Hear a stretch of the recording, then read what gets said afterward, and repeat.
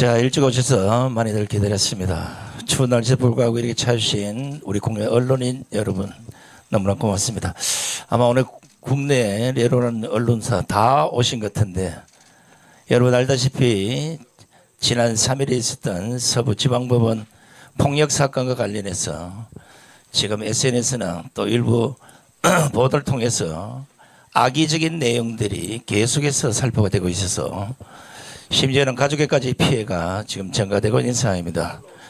이것과 관련해서 오늘 첫 번째는 이제 우리 먼저 정가훈 목사님 기자회견을 실시하고, 그 다음에는 몇 분의 질문도 받아보고, 될 수 있으면 잘못된 오보나 아니면 잘못된 SNS에 돌아다니는 이런 글을 보고 오보를 낳는 이런 일을 방지하기 위해서 오늘 마련한 기자회견인 만큼, 그때 만약에 이승만이 박헌영에게 졌으면, 우리 여기 계신 5,000승만이 박헌영에게 졌으면 우리 여기 계신 5,300만 국민들은 다 지금 북한에서 살아야 될 것입니다. 그리고 또 6.25가 일어났죠. 6.25 일어났는데 6.25도 미군들 때문에 잘 극복을 해서 완전 통일은 못됐지만은 또 그나마 미군들 때문에 현재 휴전선 상태가 유지가 되어서 우리는 조국 대한민국을 누리게 되었고, 4.19가 있을 때도 4.19 학생들이 3.15 부정선거를 항의하여 학생들이 희생이 많이 됐죠. 거의 뭐 정확한 숫자는 모르지만 160명 가까이가 수유리에, 저는 수유리를 지나갈 때마다 항상 거기 들려서 목념이라도 하고 지나가고 있습니다. 그 4.19의 학생들이 일어나서 이승만 대통령이 하야하게 되었고, 그리고 이기붕 그리고 박마리아가 처형되었고, 그리고 이제 정권이 바뀌게 되었고, 정치 체제도 다 바뀌었습니다. 내각제로 다 바뀌었고, 다 극복을 해왔습니다. 그리고 너무 장면 정부가 혼돈하니까, 그러니까 어차피 또 제2의 6.25가 일어날 가능성이 있는 것을 눈치채고 남로당에 있었던 박정희가 군사혁명을 일으켜서, 사실 제가 강화문 광장에서 연설할 때마다 대한민국은 이승만이 세웠고 박정희가 일으킨 나라다. 그래서 세계 경제 6위, 군사력 6위로 우리는 지금 대한민국을 누리고 있는데, 지금 건국 후에 가장 혼돈한 상태에 빠졌습니다. 지금 대통령이 구속됐죠. 대통령이. 그리고 국정원에서 저한테 암호를 해독했다고 저한테 알려줬습니다. 그리고 아침 10시에 국정원 직원 2명이 찾아왔습니다. 뭐냐? 정광훈을 죽여서, 죽이가 아니라 마취를 시켜 마다리 포대에 담아서 반잠수정으로 반잠수정 그러면 저희 강화도죠. 주로 강화도. 거기서 북한으로 보내라 하는 것을 국정원이 암호를 해독을 하고, 국정원 직원이 10시에 2명이 저를 찾아왔어요. 그래서 제가 말하기를 그랬습니다. 저는 하루라도 속히 죽는 게 소원이다. 이 가문 운동을 제가 7년 해봤는데 보통 힘든 게 아닙니다. 그래서 나는 한나라를 가는 것이 좋으니까 하는 말이, 목사님은 하늘나라 좋은 데 갈지 몰라도 목사님이 없으면 나라는 바로 망합니다. 그러니까 이제 윤석열 대통령을 감옥에 가두고 지금 북한이 저를 노리고 있습니다. 그래서 노리고 있는데, 그러면 이제 뭐 전체를 대한민국을 장악하는 것으로 이렇게 생각을 하고 있지만, 그러나 북한이 대한민국 국민들을 너무 얕보고 있는 것입니다. 지금 부정선거를 통하여 국회 야당이 192석을 점령해서 뭐 이거는 이 대통령 이상의 권세를 행사하는 거죠. 뭐 다 탄핵시키고, 그 다음에 뭐 그거 다 뭐 말할 것 없습니다. 이거는 대통령보다 더 월권 행위를 하는 그런 짓을 하니까 윤석열 대통령이 어차피 이것은 이 상태로 두면 알지도 못하는 사이에 이건 북한으로 나라가 넘어간다. 사실은 제가 문재인 정부 때 3번 구속됐습니다. 3번 구속돼서 그것도 저는 북한의 짓이라고 봅니다. 북한의 짓이라고 보고 문재인은 완전히 간첩입니다. 이거는 구주화 변호사님이 이따가 설명하겠지만은 문재인은 완전히 북한에 포섭된 간첩입니다. 저를 3번 구속시켰으나 76개 혐의입니다. 내란 선동 혐의. 지금 또 시비 거는 거하고 똑같은 제목이에요. 집시법 위반, 선거법 위반, 명예훼손. 76개 혐의로 제가 3번 구속이 됐지만은 현명한 판사님들의 판결로 76개가 완전히 무죄를 받고 제가 나오게 되었습니다. 나와서 법무부에서 6,800만 원 보상금 주더라고요. 죄 없는 사람을 6개월 가둬놨다고. 제가 이런 경험을 쭉 하면서 이번에도 그 지금 계엄령 선포 이후에 윤석열 대통령이 탄핵이 되고 그리고 지금 현재 서울구치소에 갇혀 있는데 저는 이 모든 것이 북한의 짓이라고 보는 겁니다. 증거로 보십시오. 어느 정부든지 딱 들어서면 6개월 동안에는 허니문의 기간이 있어요. 6개월 동안은 야당이 또 어떤 언론도 공격 안 합니다. 이건 세계적인 기본 질서입니다. 근데 2달부터 이미 벌써 윤석열 탄핵이 들어갔어요. 좌파단체에서. 그리고 언론들도 거기 동의했습니다. 여기 와 있는 주력 언론들도 다 동의를 합니다. 아니 기본적 예의가 안 되는 거예요. 어느 나라든지 6개월 동안은 허니문 기간을 주지 않습니까? 6개월 후에 가서 뭐 공격을 하든지 뭐 하든지. 그러나 이재명은 2달부터 바로 공격 들어갔습니다. 그건 뭐냐? 선거 불복하겠다는 증거 아닙니까? 192회 했습니다. 192회 오늘까지 192회의 집회를 하면서 윤석열 탄핵이 되었고 오늘 여러분들이 관심 있는 것은 뭐냐 하면 제가 그 광화문 집회를 7년을 주도해 왔는데 저는 단 한 번도 그 사건 사고 없이 했습니다. 한 번도 사건 사고 없이 했고 절대로 우리는 무력이나 폭력이나 민노총처럼 경찰을 때리거나 절대로 그렇게 하면 안 된다. 이걸 계속 강조했고 제가 문재인 정부와 싸울 때도 심지어 뭐 UDT 그다음에 북파공작원 뭐 그다음에 공수특전단 이런 예비역들이 저한테 찾아와서 아니 목사님 뭘 그렇게 힘들게 그 저 애국운동을 하십니까? 우리가 저 들어가서 청와대 들어가서 할 수 없이 불쌍한 청년들 경호원들 10명은 희생이 돼야 되니까 그리고 문재인 가서 딱 죽이고 자기도 자살하고 죽겠다고 하는 사람들이 300명 가까이 찾아왔어요 저한테. 그래서 제가 가문 운동하는 것보다가 그 300명들을 말리는데 더 힘들었어요 사실. 절대 그렇게 하면 안 된다.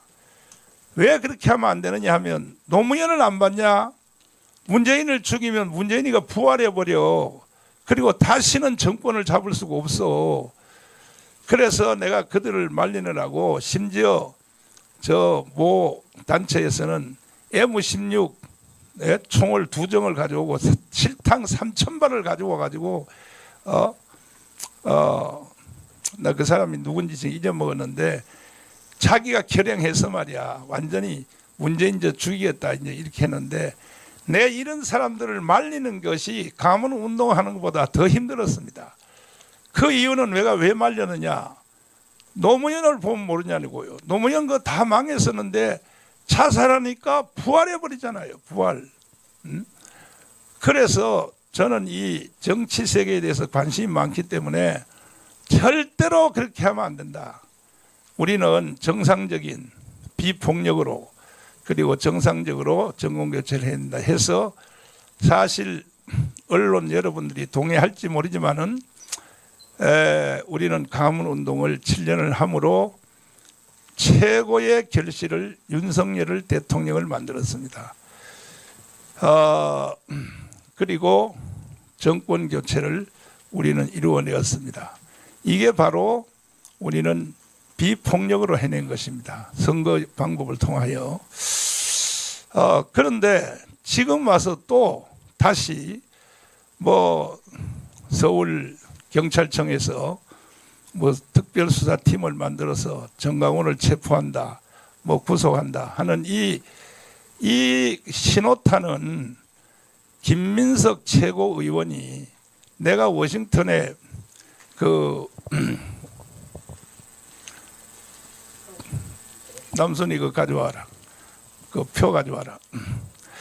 워싱턴에 제가 트럼프 취임식을 갔을 때 그때 김민석이가 말을 하더라고요. 뭐라 그러냐면 그분은요 교회 안수집사야. 안수집사가 목사한테 그따위 말을 하면 되냐 말이야. 응? 교회 질서에 따라서도 다른 사람을 시키든지 차라리 말이야. 응? 뭐라 그랬냐? 인터폴에 신고하여 체포하겠다. 정광훈을. 김민석 의원님께 내가 물어보겠습니다. 당신이 인터폴을 가지고 노나요? 그거는 뭐냐? 나를 협박하는 겁니다. 협박을. 뭘 협박했냐?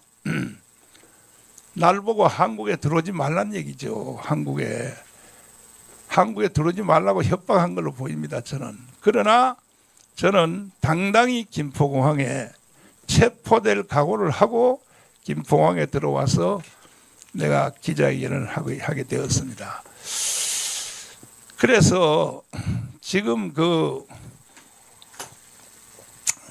대한민국이 되어가는 이 상황을 보면 마지막으로 총정리하면 북한은 건국 후 해방 후 80년 동안에 단 한 번도 대한민국의 점령을 포기한 적이 없습니다. 그런데 지금 이제 거의 아마 건국 후 해방 후에 가장 큰 위기가 지금 닥쳐왔습니다. 한번 여러분 돌이켜 보시오. 역사를. 1, 2, 4군 부대 아시죠? 박정희 대통령을 죽이려고 내려온 김신조 부대. 아웅산 알지요? 전두환 대통령을 죽이려고. 이 국가의 정상을 죽이려고 하는 이것이 북한에 계속되어 왔습니다. 그러나 그때마다 하나님이 보호해 주셔서 기적같이 살아났고, 지금 현재도 지금 윤석열 대통령이 서울구치소에 갇힌 것은 저는 최후의 배경은 제 경험상 뭐 저를 그렇게 한다고 했으니까, 그래서 국정원에서 암호를 해독했다니까요. 정광훈을 마취시켜 마다리 푸대 담아서 반잠성으로 보내라. 그러니까 이제 이것도 지금 윤석열 대통령 감옥에 가둔 것도 전부 저는 북한을 대변하는 이 북한의 앞잡이들이 이렇게 하고 있다고 생각합니다. 자, 보십시오. 지금 지금 되어져 가는 상황이, 지금 쟤들이 내란 수괴라고 윤석열 대통령을 감옥에다 가뒀습니다. 그러면 민주당에서 내란 수괴란 말이, 이게 그 말을 넣으면 재판이 길어지면 4월에 대선이 이루어지지 않은 거니까 내란 수괴를 빼버렸습니다. 헌법재판소에서. 그러면 내란 수괴 때문에 모든 것을 윤석열 대통령 감옥에 가뒀으면 내란 수개를 민주당에서 빼버렸어요. 빼버렸으면 바로 해방해야죠. 바로 해방해야 될 거 아닙니까? 그런데 지금도 가둬놓고 지금도 헌법재판소에 재판을 하고 있습니다. 저는 여기까지 말씀을 드리고 이제 우리 저를 돕고 있는 우리 박사님들 또 변호사님들을 통하여 또 질문하겠습니다. 우선 저에 대한 질문이 있으면 먼저 말씀해 주시면 제가 정성껏 대답 드리도록 하겠습니다. 네. 이거 우선 여기 지금 좌파 유튜브 언론들 중에서 절 보고 트럼프 취임식을 아예 가지도 않았다, 이렇게 이 좌파 이 유튜브들은요 인간 되기를 거부한 겁니다. 내가 그래서 이걸 가지고 왔어요. 트럼프 취임식에 원래 내가 초대를 받을 때는 외부 행사에서 하는 것으로 초대를 받고 갔더니 하루 만에 너무 날씨가 추워요. 제가 밖에서 6시간 기다렸거든요. 6시간. 그래서 본 행사가 국회의사당 안에, 저는 아마 한국 사람의 거의 최초로 국회의사당 이 3개로 되어 있잖아요. 거기에 상원의원, 하원의원, 그 다음에 사무실 3개 되는데 그것을 전체를 다 본 아마 나는 유일한 사람이라고 생각하는데, 그리고 나는 회의하는 것도 다 봤습니다. 토론하는 것도 다 봤고 그 국회 안에 들어가서 그것은 그렇게 된 것은 제 목표는 자유통일입니다. 통일 안 하면 안 됩니다. 2,500만 북한의 국민들이 거대한 요독 수용소에서 갇혀 있는데 탈북자 34,000명이 넘어왔지 않습니까? 한국으로. 근데 그들의 증언을 들어보면 북한이 인간이 살 수 있는 나라가 아니라고 다 증언합니다. 그리고 특별히 지금 오늘 사태 일으킨 것도 북한의 간첩들입니다. 황장여 선생님은 말씀하시기를 간첩이 5만 명이 북한에서 파송했다. 황장여 선생님은 정치적으로 서열 2위였습니다. 북한에 2위인데 와서 말하기를 증언을 했고, 저와 함께 2년 동안 애국운동을 했던, 지금은 국정원에서 풀어주지 않아서 지금은 애국운동을 못하고 있습니다. 국정원에서 허락을 안 해서. 김국선 선생님은 15만 명이라고 그랬습니다. 이분은 정보계통으로는 1인자입니다. 정찰 총국에서 가장 높은 사람이 한국으로 들어왔습니다. 들어온 이유는 장성택이가 처형되는 걸 보고 이분이 장성택 계열에 속했다 그래요. 그래서 자기가 생존을 위해서 북경에서 한국으로 왔다. 그리고 한국의 기자들이 안 써주니까 영국의 BBC에 가서 폭로를 했습니다. 간첩이 문재인 정부 때입니다. 청와대도 들어가 있다. 국방부에도 들어가 있다. 이걸 BBC에 가서 폭로를 다 했습니다. 그래서 제가 그때 알은 거예요. 김국선 선생님은 알고 제가 만나서 같이 애국운동을 했는데 간첩이 15만 명이라는 겁니다. 그러면 황장여 선생님은 5만 명, 김국선 선생님은 15만 명. 그럼 15만 명이면 가족들에게도 자기가 간첩이라는 걸 말하지 않습니다. 그러면 제가 볼 때는 거의 한 500만 가까이가 간첩 세력과 함께 움직인 걸로 보고 저는 그렇게 해석을 합니다. 그래서 대한민국이 지금 위기가 왔고 윤석열 대통령이 체포되어서 감금이 되었고 그 다음에 이제 저를 노리고 있는데 저는 절대로 체포할 수가 없습니다. 왜? 이미 벌써 2019년도에 저를 똑같은 제목으로 내란선동, 집수법 위반, 선거법 위반, 명예훼손 뭐 이런 6개를 가지고 다 무죄를 받고 나왔는데 지금 또 똑같은 제목으로 나를 또 내란선동 혐의 이걸로 또 고발을 했거든요.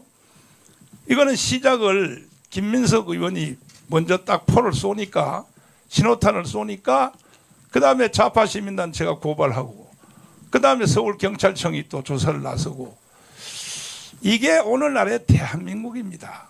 자, 여기까지 말씀 내가 너무 길게 말씀드렸는데 자, 그러면 그 질의응답을 네. 아마 정광훈 목사님에 대한 엄혜성 글이 많이 돌아다녀서 묻고 싶은 게 많을 텐데 오늘은 서부지방법원 폭동사건과 관련해서 좀 질문을 해 주시고요. 이후에 다른 사안들은 다시 또 기자회견을 통해서 여러분들 알려드릴 테니까 오늘은 죄송하지만 서부지방법원 폭동사건 관련해서 궁금한 거 있으면 소속과 이름을 밝히시고 직접 질문해 주시기 바랍니다. 예, 저쪽. 입니다. 어쨌든 서부지방 폭동을 선동했다는 소속이 어디시죠? 예. 저 어디? 시사인의 이은기라고 하고요. 그 서부지방 폭동을 선동했다는 혐의 자체는 부인하시는 건지 다시 여쭙고요. 그리고 저항권 이야기 계속 하셨는데 무슨 근거로 저항권 요건을 갖췄다고 보시는 건지 궁금합니다. 일단은 저항권에 대해서는 일단은 그 우리 김학성 교수님이 헌법학자인데 저는 개인적으로 대한민국의 헌법학자 제1호라고 생각합니다. 그래서 그 우리 김학성 교수님이 설명을 해주시고 그 다음에 서부지법에 대한 그 사건에 대해서는 제가 대답하는 것보다가 실제 경험한 신혜식 대표님이 오셨으니까 일단은 김학성 교수님부터 먼저 국민 저항권에 대해서 설명을 한번 해주시겠습니다. 네. 아마 저희가 오늘 준비한 것은요. 김민석 최고에 대한 반박, 두 번째는 서부지방법원과 관련돼서 선동이 아니라는 것, 세 번째는 일반 변호사의 설명이 있겠는데요. 제가 김민석 최고에 대한 반박은 유인물로 다 준비가 됐는데 나중에 다 하나씩 배포가 될 것입니다. 김민석 최고에 대해서 반박하기 전에 이 제목을 부터 보면 내란 선동 혐의란 말을 쓰고 있는 것인데 여러분 기자분들한테 제가 단언코 말씀드리지만 내란이라고 하는 것은요. 대부분 판례가 되면 비상계엄이 해제가 되면 내란은 일체 종료가 된다고 돼 있어요. 그 이후에 어떤 행위도 내란 관련된 이 단어가 등장할 수가 없다는 점을 다시 한번 제가 강조해 드립니다. 만약에 그런 말을 쓸 수 있다면 지금 전광훈 목사님이 폭동을 통해서 체제 전복을 준비하고 있고 그것을 전제로 선전선동을 했다라고 한다면 새롭게 그 단어가 가능하겠지만 이미 다 끝나버린 행위에 대해서 선전선동이라는 단어는 성립할 수 없다는 사실을 제가 강조하고 김민석 최고위원에 대해 제가 반론을 하도록 하겠습니다. 문장이 간단해요. 먼저 풀 텍스트를 제가 빨리 읽고 한 줄씩 제가 반박을 할 것입니다. 특별히 전광훈 집회의 책임을 엄정히 짚을 때가 되었습니다. 탄핵 반대 집회에 동원 알바비 지급을 공언하고 공수처 인근 분신 사건 후에는 효과 있는 죽음의 기회를 주겠다고 망언했고 서울구치소에서 윤석열을 강제로 데리고 나와야 한다고 선동하고 서부지법 앞으로 모이자고 주도했습니다. 무엇보다 헌법을 부정하고 폭력을 조장하는 국민저항권이라는 해괴한 개념을 내세우는 것은 반국가 세력 척결을 내란의 명분으로 삼았던 윤석열과 똑같은 가짜 자유민주 파쇼 논리입니다. 자유민주주의를 파괴하고 폭력을 조장하는 정광훈식 극단주의가 민주헌정의 새로운 최대 위협 요인입니다. 이게 김민석이가 발언한 내용입니다. 간단히 보겠습니다. 첫째 센텐스를 보면 반대 집회에 동원 알바비 지급을 공언하고 했는데 저희는 알바비 지급을 공적으로 약속한 바가 없습니다. 현재 광화문에 탄핵 반대 집회에 참석하는 모든 분들은요 다 자기 비용으로 참여하고 있는 것으로 제가 알고 있습니다. 1회 참석에 약 5만 원 정도가 드는데 차비 2만에서 3만, 식대 1만 여원, 헌금 1만 원 정도, 통상 5만 원 정도를 본인이 자비 부담으로 탄핵 집회에 참석하고 있다는 사실을 제가 분명히 밝혀드리는 것입니다. 명백하게 거짓으로 김민석이가 선동하고 있는 것이죠. 두 번째, 공수처 인근 분신 사건 후에는 효과 있는 죽음의 기회를 주겠다고 망언했다라는 것이 김민석의 발언인데 자살한 분이 우연히도 목사님이시기 때문에 우리 전 목사님께서는 위로는 하지만 전 목사님은 분향소 설치 자체도 금하시고 계십니다. 자살은 지옥에 가는 것이기 때문에 귀한 자신의 생명을 버려서는 안 된다고 늘 강조하시는 분이 전광훈 목사님이시고요. 특히 좌파들은 사람이 죽을 경우 그 죽음을 이용해 극단적 행동을 벌이는 것과는 지금의 광화문 애국 세력의 운동은 엄청난 차이가 있다는 사실을 제가 분명히 하고 있는 것입니다. 허위 사실로 명예훼손을 하지 말기 바랍니다. 세 번째, 서울구치소에서 윤석열을 강제로 데리고 나와야 한다고 선동하고 이런 말을 썼는데, 이 말의 워딩은 천만이 모여서 한 마음이 된다면 대통령이 억울한 구속에서 벗어날 수 있다는 의미로 이 문장을 해석해야 되는 것이지 강제로 데리고 나와야 한다는 것으로 볼 수가 없는 것입니다. 여기서 김민석의 문해력이 얼마나 부족한지를 알 수가 있는 것입니다. 네 번째, 서부지법 앞으로 모이자고 주도했습니다 라는 문장이 있는데, 그날은 서부지법에서 구속영장 발부가 예정되어 있기 때문에 영장 발부 반대 집회를 서부지법 앞에서 모여서 한 것에 불과합니다. 참고로 헌법상 보장되는 집회는요, 항의 대상 장소를 집회자들이 언제 얼마든지 선택할 수 있다는 것을 여러분이 분명히 아시기 바라요.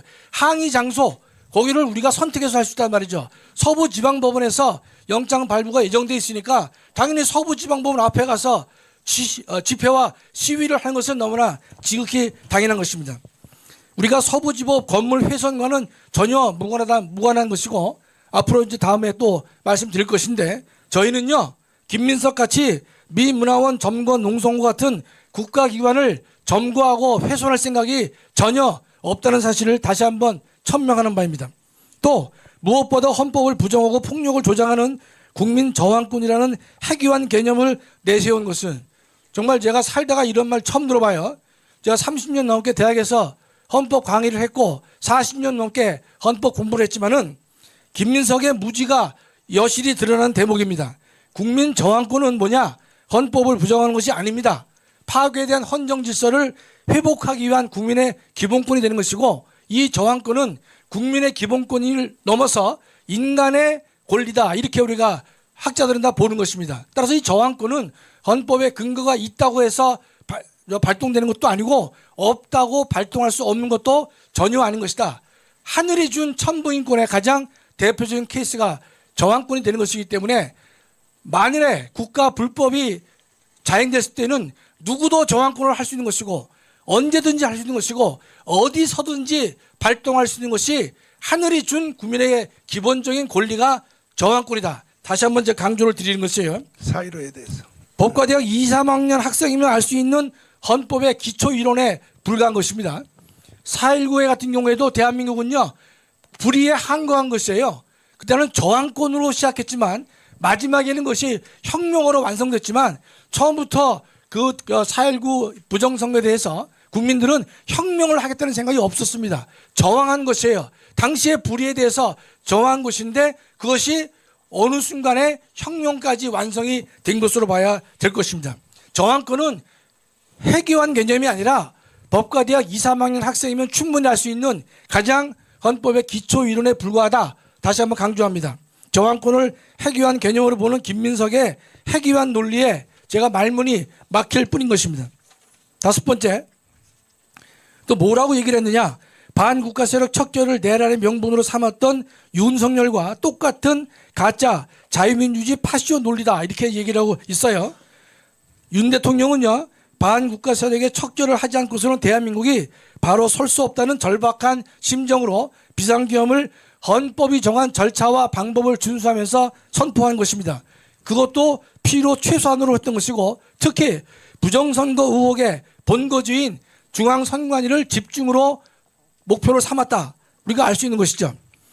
또 두 번째, 김민석의 민주당은 국회에서 내란으로 소추 의견을 받아냈는데, 정작 헌법재판소에 가서는요, 청구해서 왜 내란을 철회했는지, 그러면서 왜 내란 운운하는지 저는 이해가 되지 않습니다.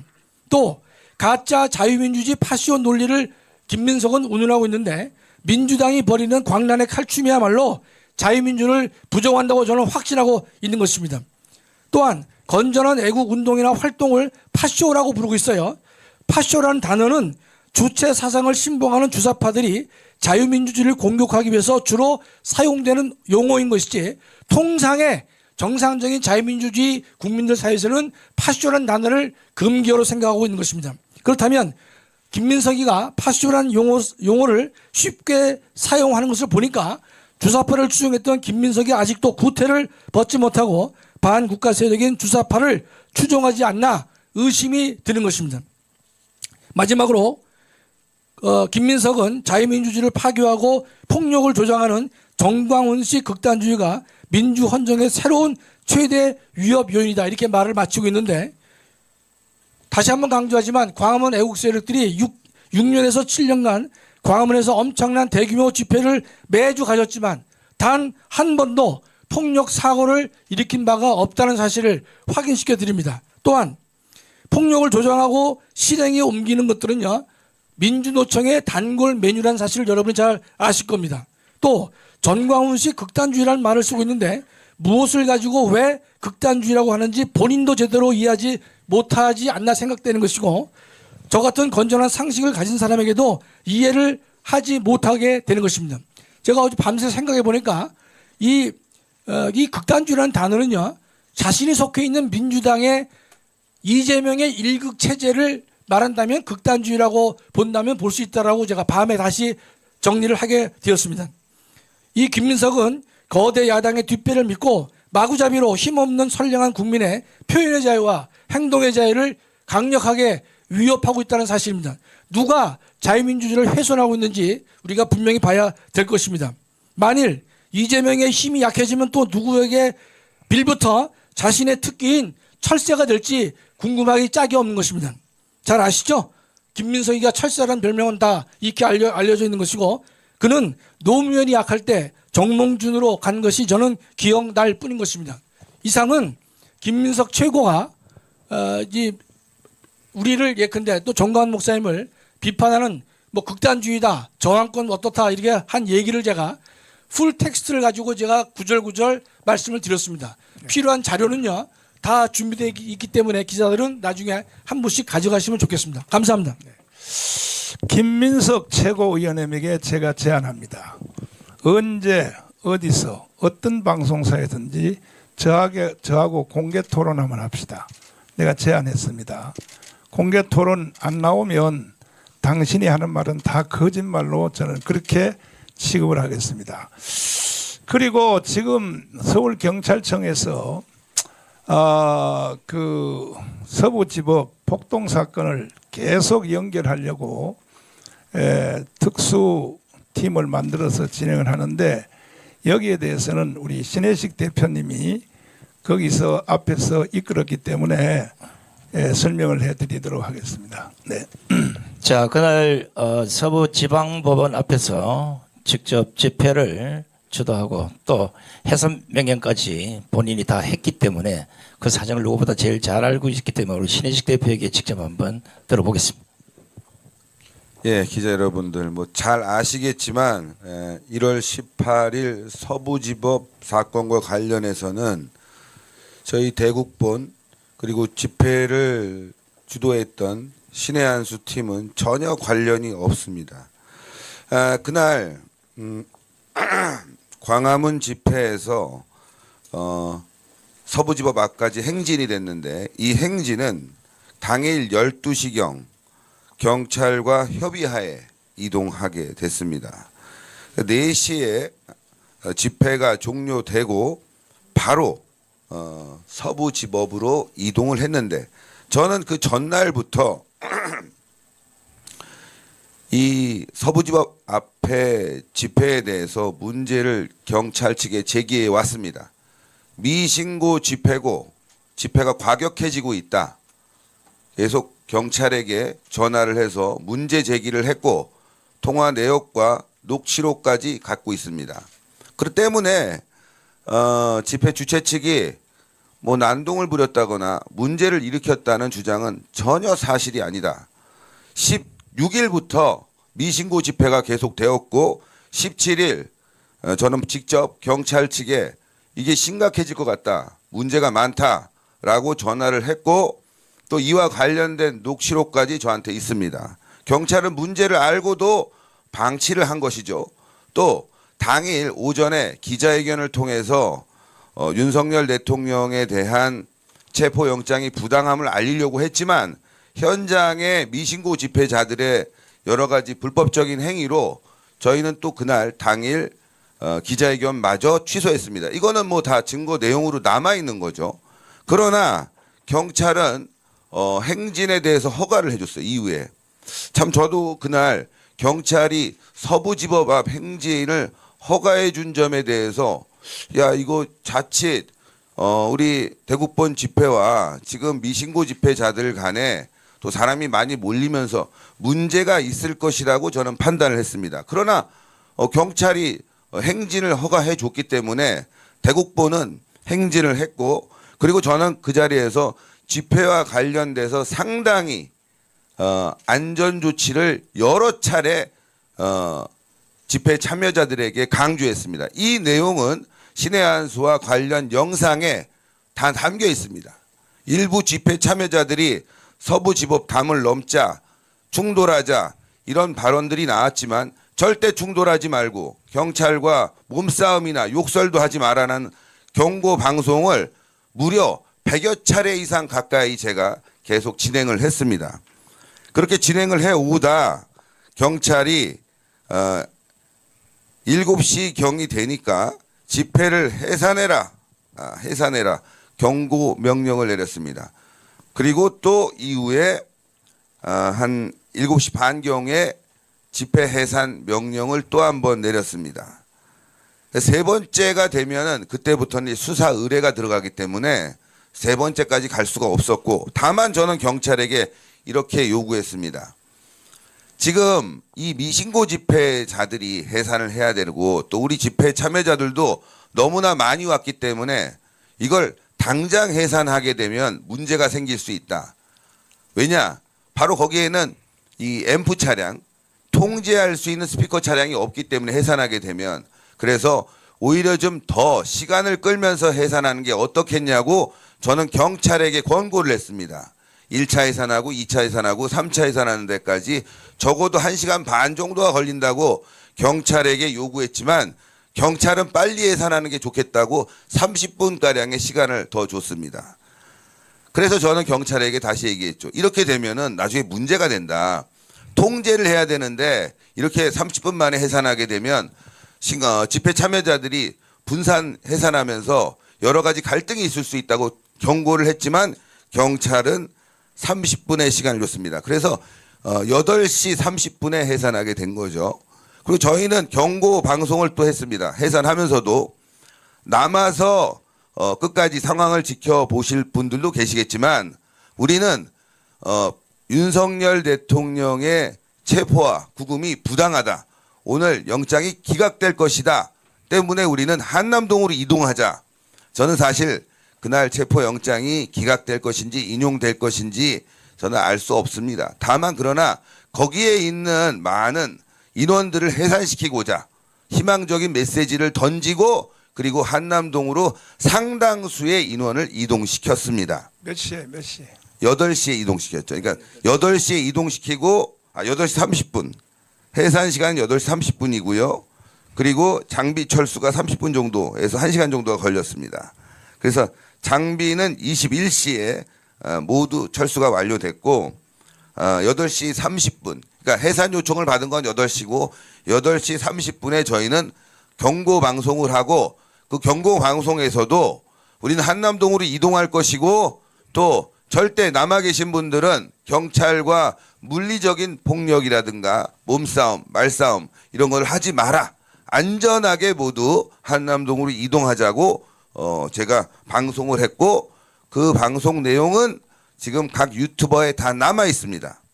그날도 서부지법에서 불법을 주도하던 미신고 집회를 주도하던 여러 명의 집회 참여자들이 저희 집회에 난입을 해서 서부지법으로 가자. 끝까지 남아있자. 뭔가 행동을 하자고 했을 때마다 저는 그들에게 평화적 집회가 우리의 요구를 관철시킬 것이라고 계속 얘기했고 또 일부 참여자들에게 항의까지 받는 사태까지 있었습니다. 이처럼 당일 우리 대국본과 신의 한수 집회는 평화적으로 유지하려고 상당수 노력을 했고 이틀 전부터 경찰 측에게 미신고 집회에 대한 문제점을 제기를 했습니다. 그러나 일부 언론들은 이러한 집회 주최 측의 노력을 무시하고 마치 전광훈 목사님이 배후 세력인 양 보도를 하고 있다는 점에 대해서 굉장히 불편하고 팩트 체크가 안 돼 있다는 점에 대해서 서운한 마음을 갖고 있습니다. 사고가 일어난 시간은 언제 일어났어요? 사고가 일어난 시간은 그날 새벽 3시 경입니다. 그러니까 저희가 집회를 해산하고 난 뒤에 새벽 3시부터 문제가 발생을 한 거죠. 그날 이제 대통령에 대한 체포 영장이 인용되고 난 뒤에 집회 참여자들이 서부지법으로 난입을 하는 과정이 있었습니다. 자, 그래서 저희는 참 그날도 한남동으로 이동을 했지만 저희는 각 유튜버들에게 방송을 하지 않을 것을 권고했습니다. 왜냐하면은 방송을 하게 되면은 또 대통령이 이제 체포가 될지 안 될지는 모르겠지만 만약에 영장이 인용이 되게 되면은 많은 사람들이 흥분할 수 있습니다. 그래서 결과를 보고 방송을 하자. 그래서 당시 신의 한수 및 관련 유튜브 방송들은 방송을 하지 않았습니다. 이런 점들을 여러분들이 알아두셨으면 좋겠고 경찰 또한 이런 부분들을 잘 파악하고 있는 것 같습니다. 몇몇 언론들이 DC 인사이드 비데이 갤러리에서 현장 답사가 있었다. 그리고 몇몇 갤러리에서 폭력을 선동했다. 운영자와 관련자들에 대한 조사가 신속히 이루어져야 되는 것이 먼저라고 생각합니다. 배우에 대해서도 여러 가지 말이 있지만 저는 그 이영석 전도사 몇몇 지금 사랑제일교회와 관련이 있다는 분들 저도 개인적으로 알고 있지만 이분들에게도 제가 수차례 강조를 했습니다. 서부지법 앞으로 가지 말고 우리 집회에 참여해 주시고 한남동으로 이동해야 된다고 수차례 강조했음에도 불구하고 이분들의 개인적인 행동으로 일탈행위로 문제가 생긴 것입니다. 그리고 한남동 집회에서도 저희는 평화를 계속 강조했지만 일부 불법 폭력 집회 주동자들이 한남동 집회를 가두리 또 콘서트, 웅변대회로 폄하하는 등 이 서부지법 사태에 대한 그 밑바닥을 그려가는 세력들이 있었습니다. 그게 바로 비데이 갤러리, 국민의힘 비데이 갤러리, DC 인사이드 아시죠? 거기 박광배 그리고 목격자 K, 권유 이자들은 경찰이 살인을 했다. 뭐 이런 식으로 선동을 하고 우리는 평화 집회는 필요 없다. 평화 집회가 아닌 행동으로 보여줘야 된다고 계속 강조해 왔습니다. 이들에 대해서도 신의 한수와 대국보는 문제가 있다는 점을 수차례 방송을 통해서 알려왔습니다.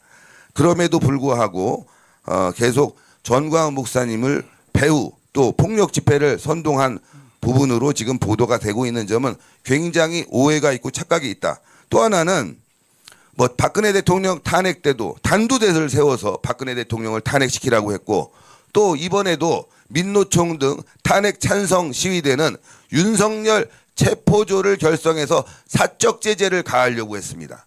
이런 부분들도 있는데 우리도 또한 거기에 맞서서 국민 저항권을 행사하자는 우리의 결연한 의지를 보여주는 것을 마치 폭력 선동으로 보도하고 있는 언론들의 행태는 편파적이고 편향적이다. 문제를 좀 바로 잡아줬으면 좋겠고 앞으로도 관련 내용에 대해서 저희에게 물어보신다면 저희가 평화 집회를 계속 주장했고 또 불법 미신고 집회를 한 자들에 대한 정보까지 다 있기 때문에 이런 부분들에 대해서 여러분들이 연락을 주시면 저희는 성심성의껏 자료를 제공하도록 하겠습니다. 이상입니다. 언론들이 참 너무한 것 같아요. 왜냐하면 YTN을 비롯해서 연합뉴스 그다음에 JTBC에서 하는 걸 보니까 이석기의 그 아로 그거와 계속 저를 연관시키려고 언론에서 계속 보도하셨죠, 여러분들이? 아니 이석기하고 우리가 광화문운동 7년 한 거하고 그게 같습니까? 근데 어떻게 언론들이 그렇게 이석기하고 같다고 그렇게 계속 보도하는 거예요. 계속. 대한민국의 제일 큰 문제는 언론이에요. 언론. 아니 이석기하고 나하고 같아요. 그리고 우리 여기 우리 이도 교수님 잠깐 모시고, 이분은 실제로 간첩 행위를 한 사람입니다. 연세대학 다니면서 북한의 그 모든 명령을 받아서 그 다음에 밑에 사람에 가르치고, 우상호 그 다음에 임종석한테 직접 가르친 지하 언더스쿨의 아주 이 주범입니다. 주범. 자, 황량엽 선생님은 잘 아시죠? 예, 그 황장엽 선생이 대한민국에 오시고 한 5년 정도 매주 세미나를 했습니다. 토요일 날. 5년. 예, 예. 그래서 결국은 지금 오늘 같은 건국 후 최고의 지금 위기 사태가 일어났는데, 이건 전부 그 과거에 연세대학 다닐 때 했던 바로 그들이 간첩 세력, 예, 주사파 세력. 예. 예. 이들이 지금 현재 지금 대한민국을 주도해 나간다 생각하는데 어떻게 생각하십니까? 예, 그러니까 이제 그 84년도에 강철 서신의 저자죠 김영환 씨가 서울대학교에서 북한의 주체 사상을 받아들여서 그것을 녹인 강철 서신이라는 걸 발표했고, 그리고 그 해부터 주체 사상을 지도 이념으로 한 학생운동이 생깁니다. 86년도 건대 사건은 그래서 대외적으로는 뭐 반해세 반독재 애국학생 투쟁연합 집회 애학투련 사건이지만 실제로 대한민국의 학생운동이 주사파에서 완전히 장악된 사건입니다. 그 이후에 그 경찰의 대대적인 그 수사로 거의 주사파가 괴멸 상태에 이르고 주사파가 노선 전환을 합니다. 그러면서 탄생한 것이 서대협 전대협입니다. 그러니까 다시 말하면 서클 내 존재했던 주체사상 세력들이 각 대중기구로 총학생회로 각 과학생회로 들어가자는 결입니다. 그것을 우리 내부에서는 전투적 총학생회론이라 했습니다.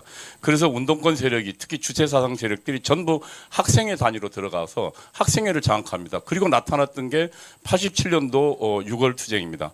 6월 투쟁에 서울 지역을 중심으로 했던 서대협이 만들어지고, 물론 이제 당시에 86년도 당시에 살아남은 게 그러니까 고려대를 중심으로 한 주사파 언더 연대 서클들이 살아 있었고, 그것이 나중에 서대협으로 나타납니다.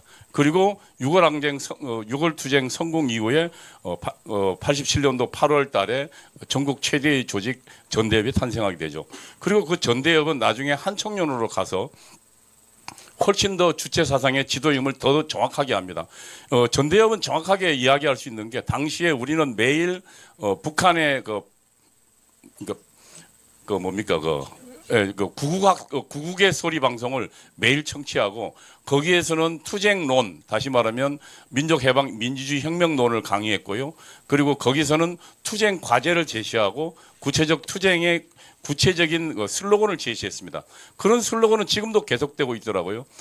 노무현 탄핵 당시에 제가 알기에는 구국의 소리 방송 한국민족민주전선에서 뭐라고 지시했냐면, 이것은 의회 쿠데타라고 지시했고요.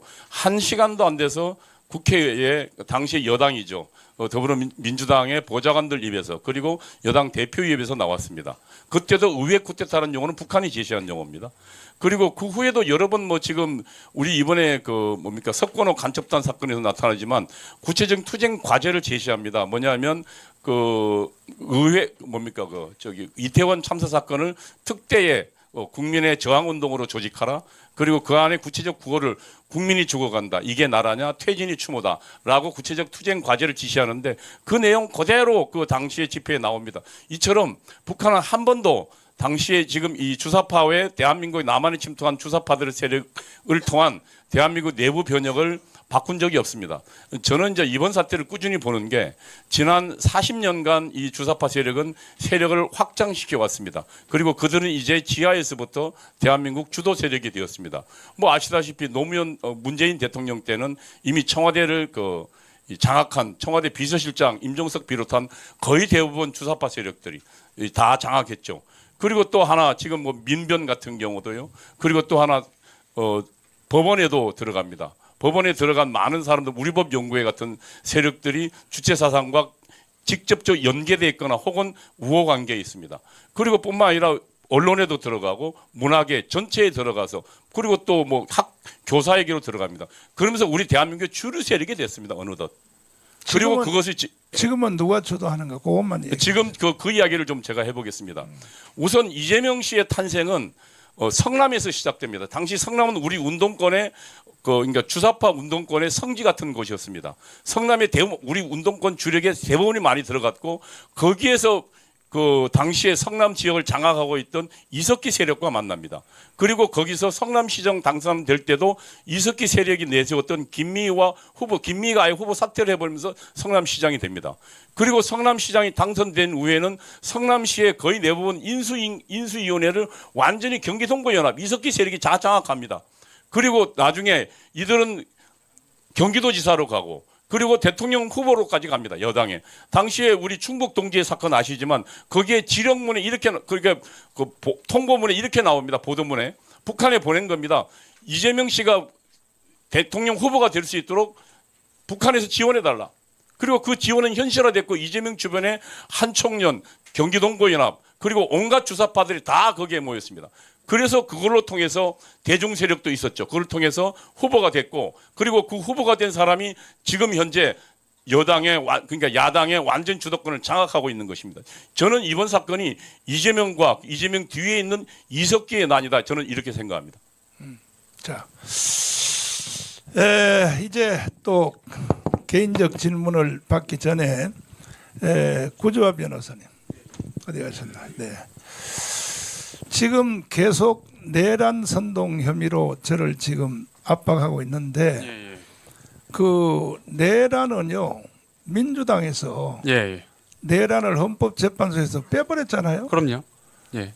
근데 빼버렸는데 왜 지금 나를 내란으로 계속 또 그렇게 몰고 가는지 그 이유를 설명합니다. 예, 제가 몇 가지 설명을 좀 간략히 드릴게요. 네. 지금 이제 서부지법 사태 때문에 정광훈 목사님에 대해서 내란 선동이라고 고발을 한 것으로 알고 있습니다. 저는 정광훈 목사님 변호인 구조화 변호사입니다. 이게 될 수 없는 이유를 법적으로 그리고 사실적 측면에서 설명을 드릴게요. 일단은 가장 중요한 이유는 내란 선동 행위를 하지 않으셨습니다. 이게 가장 중요한 이유고요. 자, 법리적으로 봐도 어떤 내란 선동 행위가 있었다면 그 선동 행위에 의해서 내란을 일으킨 사람이 있어야겠죠. 근데 누가 내란을 일으켰죠? 서부지법 사태에서 아무도 내란을 일으키지 않았고요. 지금 구속돼 있는 65명은 내란죄로 구속돼 있는 게 아니라 공무집행 방해 그리고 건조물 침입죄로 구속이 돼 있어요. 그래서 내란죄 자체가 없었기 때문에 내란 선동이 성립될 수가 없다는 것이고요. 어거지로 끼워 맞춘다 하더라도 굳이 말할 거면은 공무집행 방해 선동이라든가 건조물 침입 선동 이렇게 얘기를 했어야 되는데 그런 죄명은 형법에 존재하진 않죠. 그래서 이렇게 봐도 안 되고 저렇게 봐도 안 되고 이건 수사 자체를 개시해서는 안 되고 개시할 수도 없는 사안인 겁니다. 그 다음에 사건에 배후가 있다라고 가정을 해보자고요. 그러면 이 서부지법 사태 일어나고 1월 18일 이후에 2, 3일 내로 그 배후가 이미 다 밝혀질 수밖에 없습니다. 왜? 핸드폰 다 뺏었잖아요. 그럼 핸드폰 조사해보면 거기에 배후가 다 있었겠죠. 당연히. 핸드폰 없이 어떻게 그 많은 인원을 조종하겠습니까? 그런데 아직까지도 경찰은 배후가 누군지 전혀 입도 뻥끗 못하고 있어요. 3주 이상 지났는데 이건 배후가 없다는 겁니다. 그리고 또 배후가 있다고 가정해보면 그 배후는 이 서부지법 사태를 통해서 무엇을 얻을 수 있을까요? 모든 행위나 범죄는 동기와 목적이 있어야 되지 않겠습니까?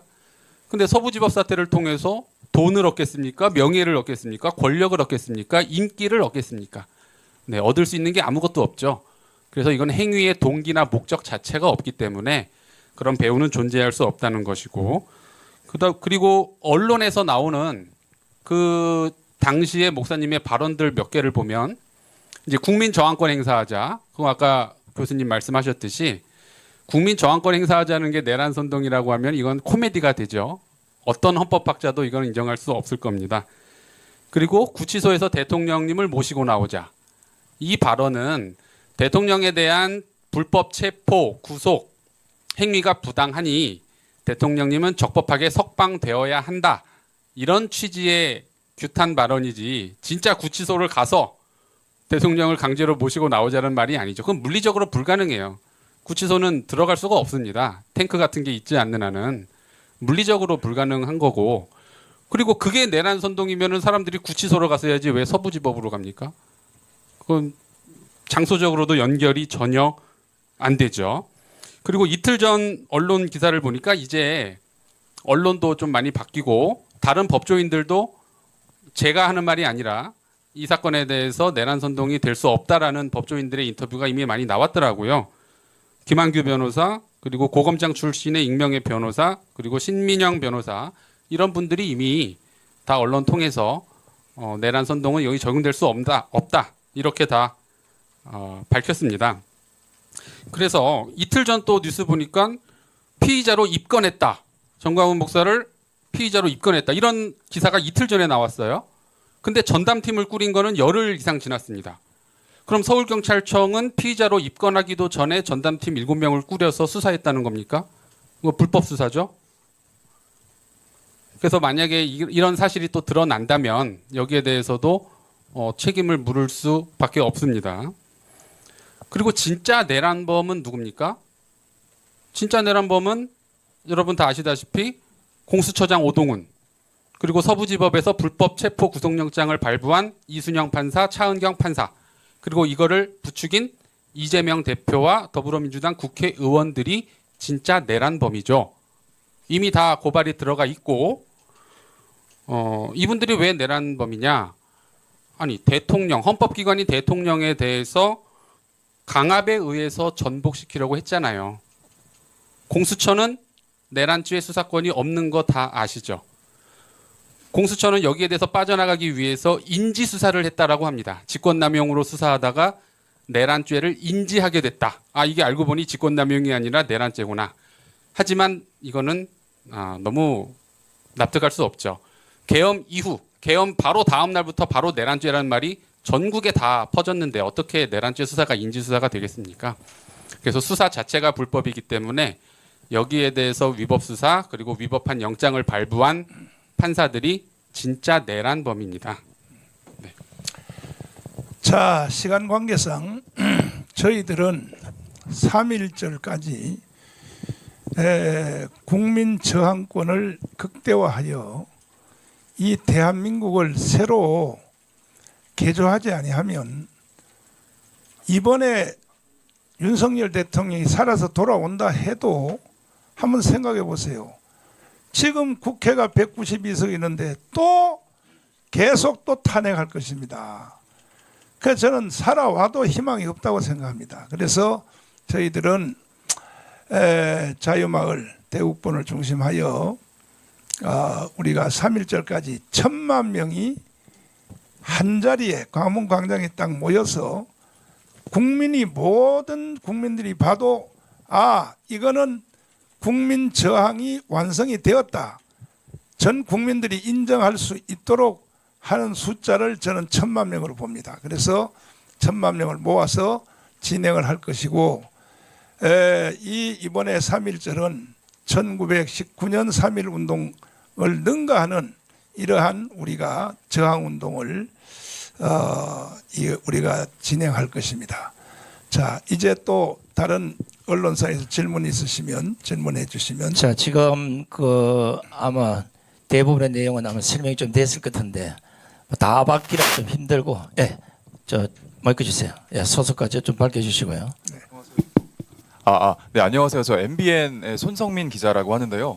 어쨌거나 지금 사랑제일교회 소속이라고 나온 특임 전사 두 분이 지금 구속기로에 놓이셨는데 이거에 대해서 한 말씀 부탁드리겠습니다. 구속기로 그것은 내가 공항에서 들어올 때 기자회견을 할 때 과연 이 사람들이 특임 전도사인가 그걸 내가 확인 한번 해보겠다 하고 공항에서 기자회견 끝난 뒤에 와서 제가 한번 저는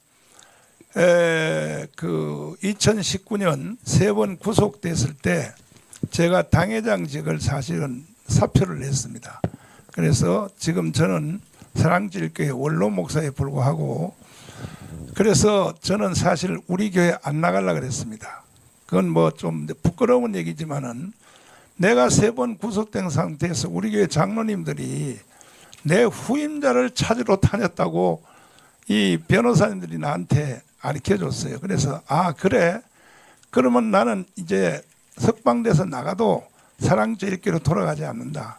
또 난 뭐 나이도 됐으니까 그래서 안 가려고 그랬어요.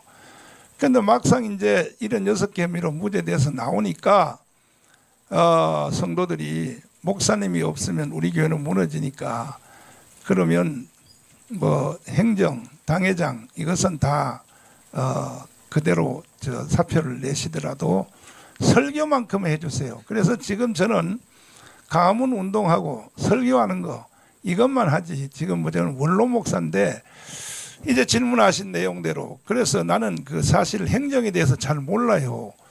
예, 사실 모릅니다. 제가 2019년도에 사표를 냈기 때문에 지금 현재 당회장은 이영한 목사님이 당회장입니다.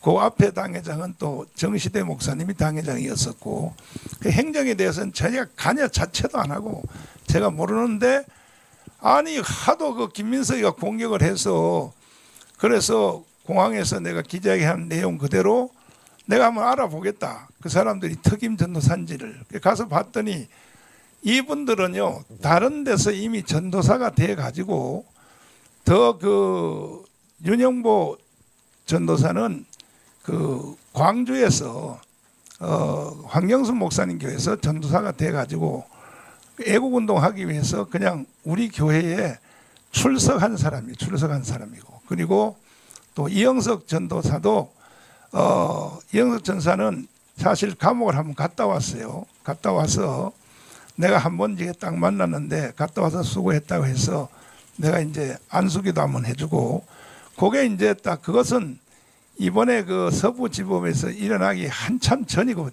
1년 전입니다. 1년 전. 1년 전에 있었던 사건이라서 그래서 내가 그 저는 뭐 전도사님이든지 청교도 신학을 졸업하는 사람들은 또 다른 신학교에도 신학교에 등록하고 1학년 시작하면 다 전도사라고 부릅니다. 이게 한국 교회 문화입니다. 전도사라고 부르는데 근데 이 사람들은 정식 전도사도 아니지만은 유튜브를 하는 사람들이에요. 유튜브를 하는 전도사들입니다. 그래서 그런 관계라는 것을 내가 이제 알아내었고 그래서 또 본인들이 지금 현재 구속되어서 진술하는데 나는 정가훈 목사님과 아무 관계가 없다라고 본인들이 언론들에게 감사한 것은 뭐냐? 그거는 또 보도를 해주시더라고 언론들이. 예, 그 이영석 전도사가 진술한 내용은 또 보도해준 언론들에게 내 감사를 드리는데 대부분의 언론들은요. 아니 보세요. KBS 여기 오셨죠? MBC 왔죠? 보세요. 일개 종교인을 1년에 40분 이상을 편집해서 정가훈의 사생활 탐구 심지어 SBS는 제가 깜빵에서 있는 데서 깜빵에도 텔레비 나와요. 보니까 세상에 정강훈이가 가짜 신학교를 만들어서 세상에 가짜 목사를 만든다고 MBC가요 30분 이상을 보도하더라고 저를요. 그렇게 저가 믿습니까? 여러분 이건 내가 담대하게 선포합니다. 제가 애국운동 7년 안 했으면요 여러분들은 지금 북한에서 가야 돼요. 북한에서 살아야 돼요. 내가 윤석열 대통령을 안 만들었으면요 이미 연방제가 뭡니까? 북한으로 간다는 얘기 아닙니까? 지금 특별히 더불어민주당의 정강정책 제6번이 연방제로 딱 쓰여 있어요. 지금도. 그러면 기자 여러분들이 연방제로 간 뒤에 평양 가서 여러분들이 언론할 수 있겠어요?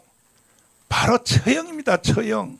이런 것을 왜 언론들이 모르시고 그렇게 말이야 정강훈 목사를 못 죽여서 난립니까? 여러분들은 저 때문에 대한민국이 산다는 것을 반드시 기억하시기를 바랍니다. 제가 7년 동안 애국운동 안 했으면 이미 문재인 때 연방제로 넘어갔어요. 그러면 언론이 어디 있습니까? 경찰이 어디 있습니까? 연방제로 넘어가면 이거는 김대중, 노무현, 문재인 3대 대통령을 통해서 사인을 해서 연방제로 평양 가서 그거는 헌법 위반입니다. 헌법 위반. 그리고 지금 현재 그걸 집행하는 사람은 이재명입니다. 이재명인데 이재명은 이미 벌써 북한의 송금 사건 뭐 다 아시잖아요. 북한이 시킨 대로 안 하면 안 될 사람입니다. 이 사람은. 왜? 북한하고 이 연관성이 재판에서 다 드러나고 있지 않습니까? 자, 다음 질문 또 한번 해주시면. 자, 이제 질문 이제 한 명만 받겠습니다. 뭐 똑같은 질문이 계속될 것 같은데. 아니 계속. 계속 받아요? 예. 점심 시간이 다 돼갔어요. 저는 이걸 네. 즐기니까. 앞에 계신 분. 예. 네, 안녕하세요. 저 중앙일보 김창용 기자라고 합니다. 아까 전에 그 대변인께서 말씀하시길 그 처음에 첫 번째 질문 받으실 때 그 서부지법 폭동 사건이라고 말씀을 하셨잖아요. 근데 이제 이게 아까 말씀 들어보면 그 아까 그 교수님 김학성 교수님께서 말씀하시는 그런 국민 저항권이라는 표현과 좀 배치되는 게 아닌가라는 그 생각이 들어가지고 역시 제가 이거 말씀드린 거에 대해서 어떻게 생각하시는지, 그리고 목사님께서도 이번 사태를 폭동이라고 보고 계시는지 이렇게 제가 대답을 해드릴게요. 혹시 기자님이 우리나라 대한민국의 헌법 전문을 혹시 이해하고 계십니까? 네, 읽어봤죠. 거기 보면 4.19 정신을 계승하라고 이렇게 돼 있죠. 헌법 전문에.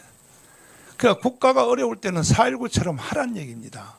이게 헌법 전문입니다. 헌법 전문. 그리고 헌법 1조 1항이 뭐냐. 대한민국은 민주공화국이답니다. 나는 김학성 교수님한테 배워서 김학성 교수님보다 더 잘 알아요. 지금 하도 공부를 해가지고. 두 번째가 뭡니까? 모든 주권은 국민에게 있다. 그리고 모든 권력은 국민으로부터 나온다. 이것이 바로 국민의 저항권입니다. 대답이 됐습니까? 네. 네. 아니 폭동은 뭐 여기 아마 있을 거예요. 많은 기자분들이 폭동이라는 직접 보도를 다 했고. 자, 그다음에요. 제가 만약에요 특수팀이 서울경찰청에서 꾸려졌는데 이것도 상부의 지시가 뭡니까? 지금 민주당과 헌법재판소와의 그 내통하는 거 문자 메시지 다 보셨죠? 아니 이런 것들은 왜 언론들이 왜 비판 안 합니까? 민주당과 헌법재판소의 그 판사들이 문자 메시지로 내통하는 거 다 보셨잖아요. 왜 언론의 기능이 뭡니까? 비판과 견제 아닙니까? 비판과 견제. 그 일방적으로 우파들만 비판하고 그런 것들이 얼마나 큰 뉴스입니까? 민주당하고 헌법재판소 판사들하고 내통하고 있다. 그거 다 나온 거 아닙니까? 공개된 거. 그래서 서울경찰청에서 2주일 동안을 저를 수사를 했어요. 2주일 동안을 조사를 했는데도 절대로 연관시킬 수가 없기 때문에 저를 지금 호출도 못하고 있는 겁니다. 네, 그렇게 하시면 되겠습니다. 다음에. 자, 다음 분. 네, 저 뒤에 회색 옷 입으신 분. 저 연합뉴스 최원정 기자라고 하고요. 그러면은 앞으로 경찰 조사 등에 출석 통보 오면은 거기에 대해서는 협조하고 수사에 응할 생각이신지, 그리고 아까 말씀하셨던 그 서부지법 사태에 대해서 국민 저항권 행사로 보시는지 아니면 정확히 폭동으로 보시는지 거기에 대해서 딱 설명이 안 되는 것 같아서 그거는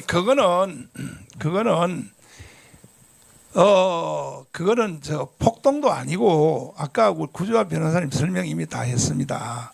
그거는 내란 아까 뭐라 그랬어요, 구주화 변호사님? 공무집행 방해. 그것으로 지금 다 62명인가 구속돼 있지. 그러면 절 보고 공무집행 방해를 나보고 사주했다. 이렇게 경찰청에서 아마 한 번은 나를 부를 것 같습니다. 지금은 안 불러도. 자, 이 부분을 좀 설명을 해야 될 것 같은데요. 목사님을 부르기 전에 이 미신고 집회를 주도한 사람들을 먼저 조사를 해야 됩니다. 그러면 이제 배우가 나오겠죠. 그 사람들은 영상에서 내가 이 집회를 주최했다. 물품도 여기서 받았다. 경찰이 해산시켜도 계속 모이라고 한다. 계속 모이라고 한 사람들이 있습니다. 당시 동시 시청자가 최소 3만에서 4만 정도를 봤거든요. 그리고 우리가 현장에서 집회를 할 때는 불과 5천 명뿐이 보지 않았습니다. 동접자가. 근데 서부지법 앞에서 집회하던 사람들 최대 4만에서 많게는 8만까지 보던 사람들이 있었는데 그 사람들이 집회를 주최했고 자신들이 미신고 집회라고 얘기하고 있습니다. 그러면은 그 사람들을 먼저 불러서 조사를 하고 배후를 조사한 다음에 만약에 관련성이 있다면은 전광훈 목사님을 불러서 조사를 해야지 집회 주최자를 미신고 집회 주최자, 불법 집회 주최자를 부르지도 않은 상태에서 수사도 하지 않은 상태에서 관련성도 없는 전광훈 목사님을 불러서 수사를 한다는 것은 이거는 탄압이다. 전광훈 목사님과 광화문 세력을 죽이기로 한 탄압이다. 또 하나 또 말씀드리면은 저는 집회를 주최하면서 서부지법 앞에서 기자회견 등 집회하는 게 굉장히 위험하다고 경찰에게 수차례 강조했습니다. 그럼에도 불구하고 그쪽으로 행진을 허가한 그것은 경찰이 혹시 함정을 파놓고 이거 수사하는 것이 아니냐라는 의심까지 듭니다. 자, 대답이 다 되셨나요? 그래서 아까 말한 대로 내란 선동은 이거는 그 계엄령이 끝난 시간에 내란 선동은 끝난 겁니다. 내란이라는 말은 끝난 것입니다. 그래서 구조화 변호사님 말한 대로 뭐 불법 침입죄 뭐 그런 걸로 이제 구속이 됐는데 저는 언제든지 부르면 가야죠. 가서 내가 정확하게 반박을 해야죠. 저는 아마 대한민국 목사들 중에서 수사를 가장 많이 받아본 사람이고 문재인 때 종로경찰서에서 동시에 4개 조사팀들이 나누어 가지고 저를 조사를 했습니다. 그래서 난 전체를 다 무죄를 받고 나왔는데 다음 질문이 있습니다. 자, 이거 부연 설명 좀 할게요. 지금 서부지법 폭동 갖고 지금 계속 물어보는데 이 인터넷에 한번 찾아보세요. 서부지법 폭동 치면 여기 있는 언론사가 다 전부 제목을 이래 달았어요. 몇 번만 아마 안 단 것 같은데 여기 보십시오. MBC 서부지법 폭동 녹색 점퍼, JTBC 단독 서부지법 폭동 사랑제일교회, 더 팩터 경찰 서부지법 폭동 99. 다 먼저 언론이 여기다가 폭동이라고 아직 가정을 하고 적어놓고 지금 시작하는 거예요.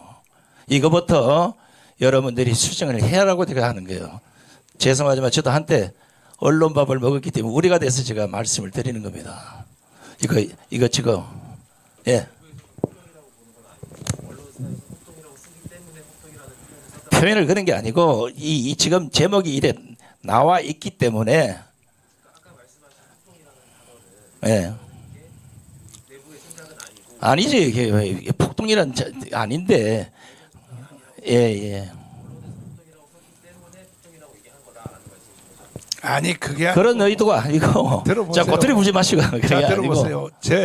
지금 저에 대해 악의적인 보도한 사람들 제가 다 고발할 겁니다. 언론사들 다 고발할 겁니다. 특별히 이석기 운운하고 이석기 전법으로 뭐 했다 이렇게 보도한 언론들은 반드시 내가 이 고발을 할 것입니다. 뭐 무죄가 되든 안 되든 저희들은 고발할 것입니다. 왜? 만약에 고발을 면하기를 원하시는 분들은 수정 보도하세요.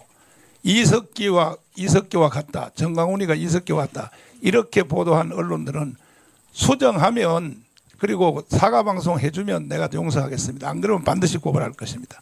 다음 질문 더 해주세요. 네. 예, 저쪽에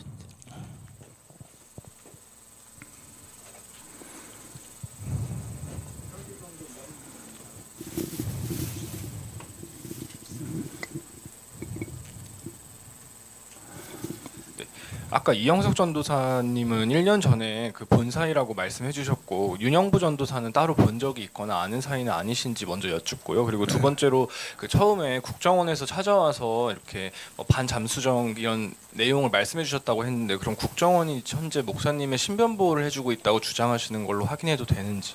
아니 뭐 신변 보호를 해준다는 것은 아니고 국정원이 저한테 와서 10시에 찾아와서 목사님을 노리고 있다.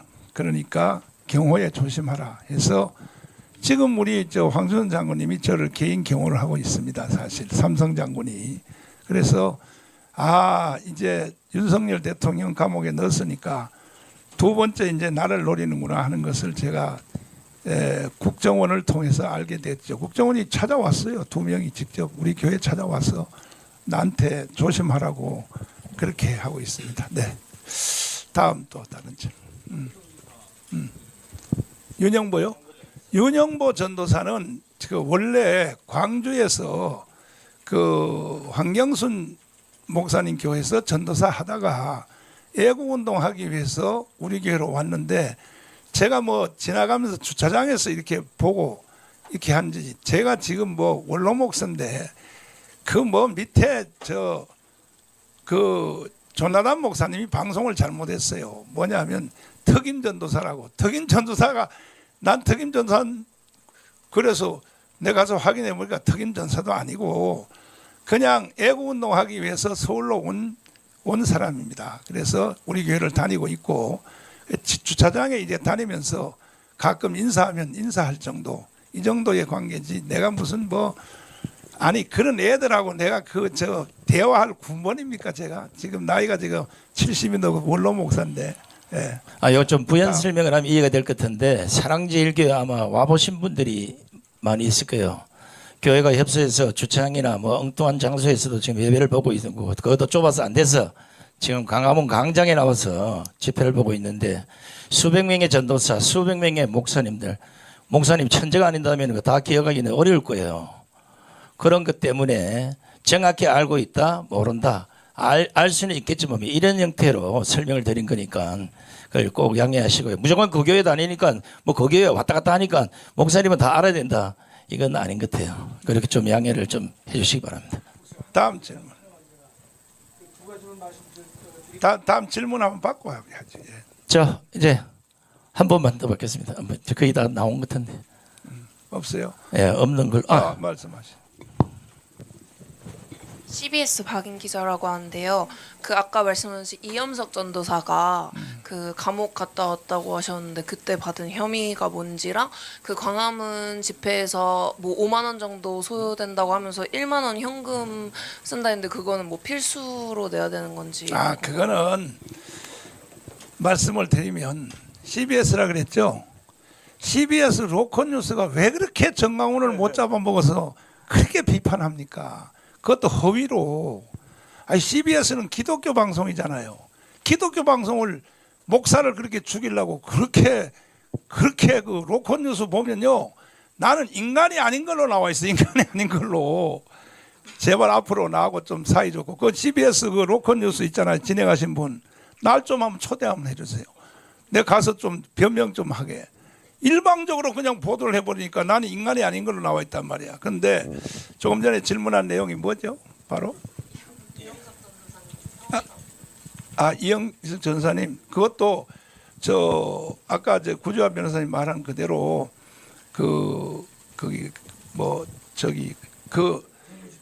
공무 집회 방해 그걸로 돼 있습니다. 그걸로 돼 있기. 전번에 감옥 간 것은 그것도 공무집행입니다. 그거는 우리 교회를 재개발해서 불법으로 우리 교회를 점령하려고 6번 시도를 했어요. 그러면 우리 교회 성도들이 2만 명인데 자기 교회를 84억에다가 우리 교회 한번 와보십시오. 그게 84억밖에 안 되는가. 이거는요 박원순이가 아주 범죄자예요. 84억을 우리 교회다 통장에다 일방적으로 쏴놓고 합의도 없이 그냥 건물하고 교회하고 다 나가라고. 그래서 우리 교회하고 재개발하고 싸움이 붙은 겁니다. 그리고 JTBC 여기 오셨는지 모르지만은 언론사가 이렇게 하면 되겠습니다. 정강훈이 재개발 주민들에게 500억을 강제로 뺏어서 내가 뺏어요. 사실 우리 교회 같은 걸 지으려면요 1000억도 돈 더 들어야 돼요. 근데 나는 500억에 합의를 해준 거야. 왜? 나머지는 건축원금 해가지고 지으려고. 그런데도 말이야 JTBC에서 500억을 정강훈이가 주민들에게 뺏었다. 전부 다 사과하십시오. 사과 안 하면 내가 다 고발할 것입니다. 그 다음에 우리 박사님. 간단하게 아까 중앙일보 기자가 얘기를 했지만 여러분 저항은요 모든 국민의 권리지만 폭력 행사를 전제로 하지 않습니다. 광화문에 모인 1000만 성도는요 우리의 의로운 분노를 국민학교에 표출하는 것이지 광화문 애국 성도들은 창을 든 바도 없고 칼을 든 바도 없고 무기 사용 바도 없어요. 그러니까 저항은 폭력과는 무관한 것이다. 두 번째, 여러분 선동 선전이라는 죄를 정확히 아셔야 돼. 잘 모를 거예요. 우리 형법은 선동 선전은 세 군데밖에 없습니다. 내란죄 선전 선동, 외환죄 선전 선동, 폭발물에 관한 죄는 선동만 있어요. 나머지는 형법상 선동 선전 죄는 없습니다. 이번에 공무집행 방해가 있었다. 거기에 대한 선전 선동 가당찮은 논리가 되는 것이에요. 여러분 잘 몰라서 그래. 형법에 선동 선전은 딱 세 개밖에 없다 그랬죠? 여러분 유념해 두시고, 예컨대 만약에 이번에 그 서부지방법원에 그 뭐 폭력 사태가 있잖아요. 그건 그네들이 주동에 대해서 공무집행 방해라고 그 건물을 파괴한 것이지, 그거와 관련돼서 뭐 선전 선동이다 이런 용어는 법률상 용어가 아니라는 사실을 제가 다시 한번 강조를 해드립니다. 자, 여러분 기자 여러분 오늘 공부 많이 하셨습니다. 공부 많이 하셨으니까 앞으로 취재 활동 잘 해주시길 바라고, 다른 질문 없으면 마치도록 하죠. 네. 자, 아니 또 한번 하세요. 또 아까 네. 손 드신 분. 네. 그 이제 목사님이나 이런 집회에서 하시는 말씀 보면 이제 그 사법부가 모두 그 장악이 많이 되어 있다, 좌파들한테 장악이 되어 있다 이렇게 많이 말씀을 하시던데, 네. 이제 말씀 들어보니까 이제 목사님께서 이제 76개 혐의로 그때 문재인 정부 때 네. 뭐 구속되고 했을 때는 모두 무죄를 줄 만큼 좀 그래도 좀 목사님 입장에서 보면 좀 깨어있던 사법부가 왜 이제 윤석열 정부 들어와서 그러면 모두 이제 좀 좌편향적으로 뭐 바뀌었다 이런 말씀, 이렇게 이해를 해야 되는 건지 어떻게 봐야 되는 건지 제가 이해가 잘 안 돼서요. 우리나라 재판부는요, 저 영국의 BBC 방송이 보도를 했어요. 대한민국의 재판은 돈 50억 갖다 주면 무죄도 유죄, 유죄도 무죄로 된다고. 저렇게 영국의 BBC가 그렇게 흉을 보는 거예요. 대한민국의 재판이 아니라고. 그러면 그런 충고를 좀 받아야 되고, 그리고 어떤 사건을 이제 걸려서 이제 재판을 받게 되면 판사가 우리 법 연구회인가 이 사람들이 재판하면요 무조건 이건 유죄로 돼. 그 다음에 일반 판사들 만나면 무죄가 돼요. 이게 재판입니까 도대체가. 그러니까 나는 이게 사법부도 이미 벌써 주사파에게 난 넘어갔다고 생각하는 거예요. 내가 재판을 제일 많이 받아본 거예요. 목사로서는 제일 많이 받아봤고, 수사도 내가 수백 번 받아봤어요. 받아봤는데 지금 대한민국이 참 완전히 무너진 것은 정말 경찰, 아니 이번에도 지금 저 윤석열 대통령 헌법재판소 재판하는 과정을 내가 다 지켜봤는데, 내가 보니까요 군대도 무너졌고 경찰도 무너졌고, 아니 대한민국의 경찰이 제1번이 뭡니까? 국가 원수를 지키는 거 아닙니까? 근데 어떻게 경찰을 앞세워서 공수처가 그 대통령 관저를 경찰들이 그 집행한 거 아닙니까? 그래서 뭐가 뭔지 저는 이 국민 교육이 잘못됐다고 생각해요. 대한민국 특별히 건국사 45년부터 48년까지 건국사를 전혀를 모르기 때문에 경찰도 무너지고 군대도 무너지고 결국은 대한민국이 저는 굉장히 위험해진다고 생각합니다. 저는 북한의 연방제로 갈 가능성이 많다고 생각합니다. 자, 다음 질문이요. 네, 또 말씀하시죠. 네, 저 한겨레 임재희 기자인데요.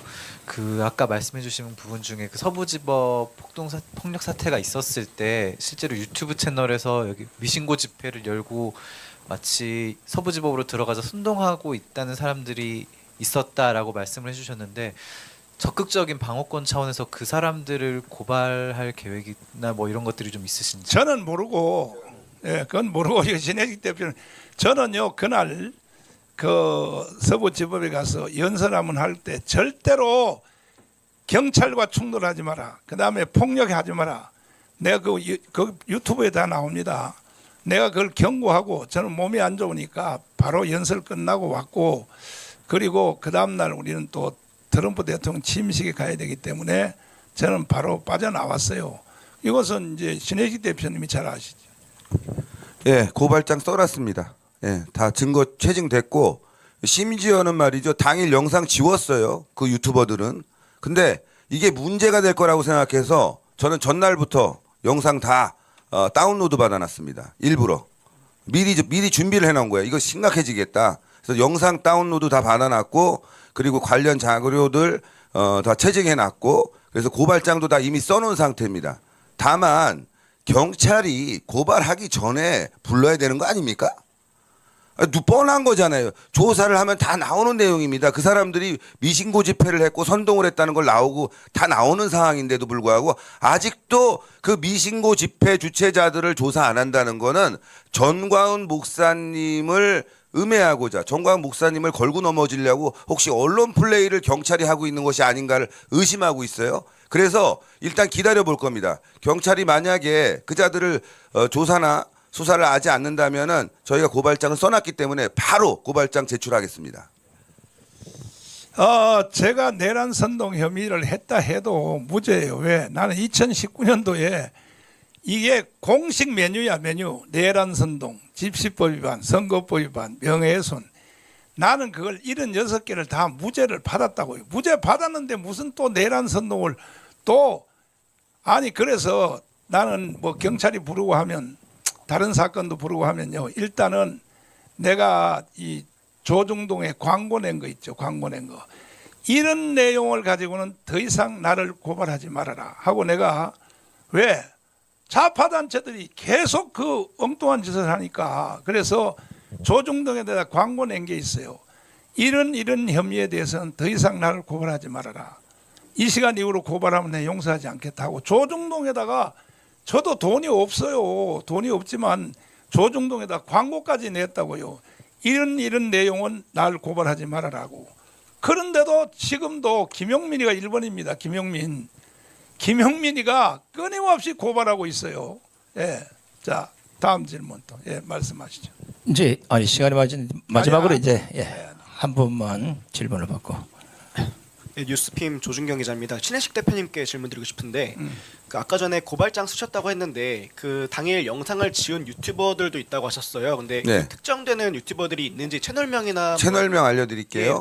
DC 인사이드 운영자 박광배 유튜버, 실명 권세민, 그리고 목격자 K 유튜버, 실명 권유, 이 두 사람이 미신고 집회를 운영했고 당일 폭력 선동을 했다는 것이 분명해지고 있습니다. 경찰은 하루하루 빨리 이자들에 대한 수사를 진행해서 배우를 찾아야 될 것이고 그 배우가 드러나면 뭐 전광훈 목사님 있으면 그게 이제 배우겠죠. 근데 전혀 없을 것이다. 이렇게 말씀드립니다. 자, 이제 시간이 많이 지났는데 이제 질문은 끝내고 제가 광화문 집회 메인 사회자를 2019년부터 어제까지 보았던 사람입니다. 아마 정광훈 목사님의 집회 전체 진행이나 아니면 진행 과정에 생길 수 있는 이런 문제 이런 것들을 전부 제가 지시를 받고 그걸 행하는 사람으로서 2019년도 오늘 이 시간까지 단 한 번도 폭력이나 폭행이나 불법이나 경찰을 때리거나 뭐 민노총이 싸움을 걸어와서 싸움을 이런 건 절대로 해서는 안 된다는 게 이분의 신조시고, 두 번째는 만약에 민노총이나 이런 좌파들이 와서 시비를 거거나 싸움을 하면 맞아라. 제가 아마 이미 집회 현장에서 수도 없이 외쳤던 게 영상을 통해서 다 확인이 될 수 있을 겁니다. 제가 기독교인으로서 양심을 걸고 정광훈 목사님은 불법이나 뭐 폭력이나 이런 거 주도할 만한 그런 사람이 아니란 걸 우리 기자 여러분들이 좀 알아주시면 고맙겠습니다. 강원도는 7년 했는데 사건 사고가 단 한 건이라도 있었습니까? 없었잖아요. 이건 세계적 기록입니다. 심지어 성추행도 없었어요. 성추행도. 얼마나 2019년도에 사람이 모여서 발이 땅에 닿지 않고 사람들끼리 물려서 세상에 공중부양까지 했다고 하지 않습니까? 그런 상태에서도 사건 사고가 단 한 건도 없는 것이 이게 광화문의 기록입니다. 예. 이제 끝내시죠. 네, 시간이 많이 지났습니다. 오늘 바쁘신데 불구하시고 많이 참석해 주신 우리 국내 언론사 여러분 너무나 고맙습니다. 자, 앞으로도 지켜봐 주시고 궁금한 점 있으면 오늘 여기 나와 계신 부연 설명하신 분들에게도 연락을 하셔서 진실된 목소리를 보도해 주시면 고맙겠습니다. 수고하셨습니다. 안녕히 가십시오.